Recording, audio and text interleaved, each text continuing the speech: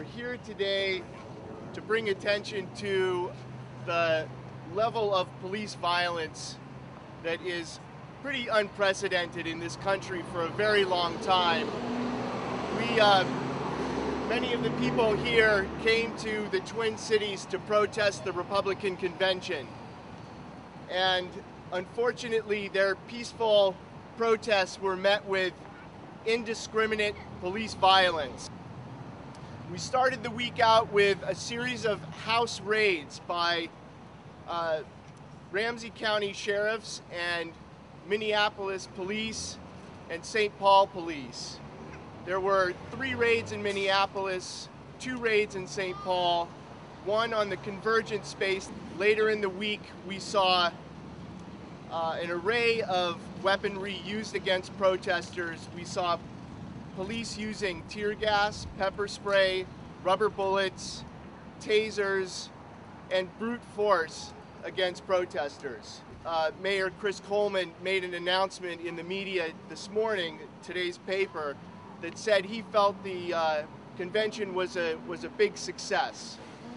He mentioned nothing about police violence on the streets.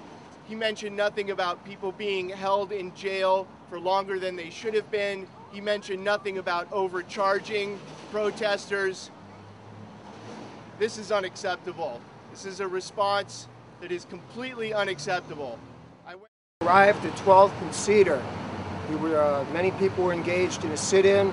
I was standing in front of the march holding the banner along with another person. And at that point, the police were trying very much to prevent us from speaking out. I was shot at close range with a rubber bullet. I'd like you to see what happened.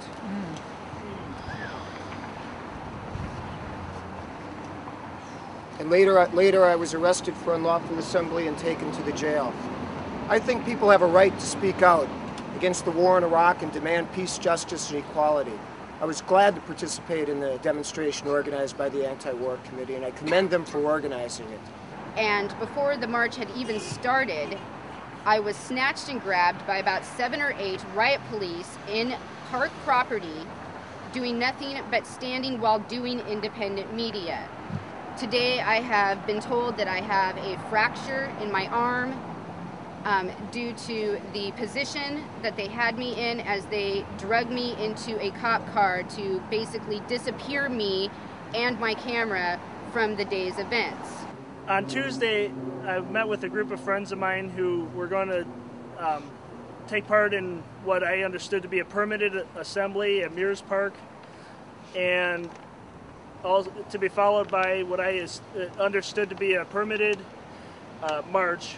And as we started to head out of the park and down into the street in the march route, the permitted march route, I was assaulted by cops.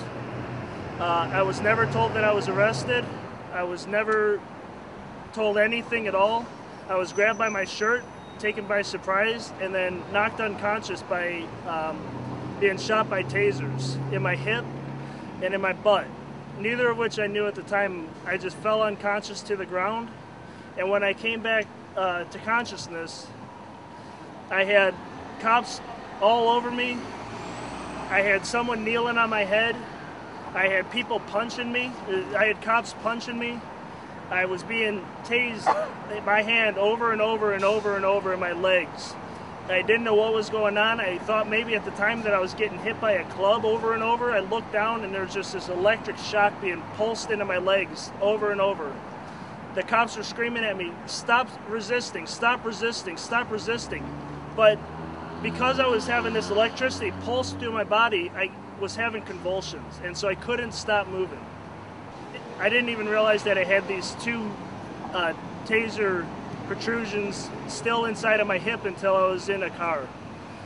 When I told the officers that I needed to get these out of me, they let me sit in that car with these pieces of metal in me for another hour and a half. I was biking alongside of a march, and a officer on a bicycle crashed into me, and I got up and apologized and they said it wasn't on purpose, but they continued to arrest me, stating that I assaulted a police officer. I was then taken to Ramsey County Jail. Several officers opened my cell and said that I was going in a restraining chair, and I asked what this restraining chair was. Where were you taking me? Where were you taking me? And the officer punched me in the face right here. He knocked me on the ground unconscious, and then while I was on the ground unconscious, he took my head and slammed it on the ground and reawoke me from consciousness, and that caused this gash right here. I immediately reawaking into consciousness, I began screaming and crying, asking for help, why they did that.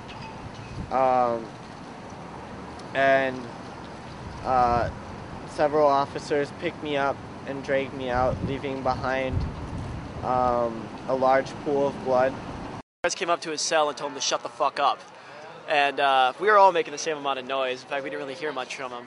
But Elliot was the only one by himself. Yeah, I saw the guard tackle him, hit his head against the ground, and that's the last I saw of it. Then 13 guards swarmed him. What did you guys see? I was just jumped on him, had him face down on the ground, his arm behind his back, and they were slamming his face in the ground. And after about a minute, about 10 of the guards came in. They were all standing around, and all of a sudden, I can't fucking make any assumption, but he was definitely screaming like... For about 15 minutes, and then there was like a 5-minute silence.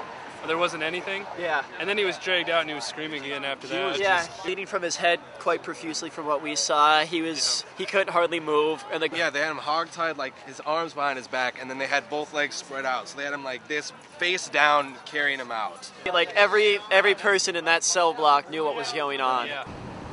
They took me in.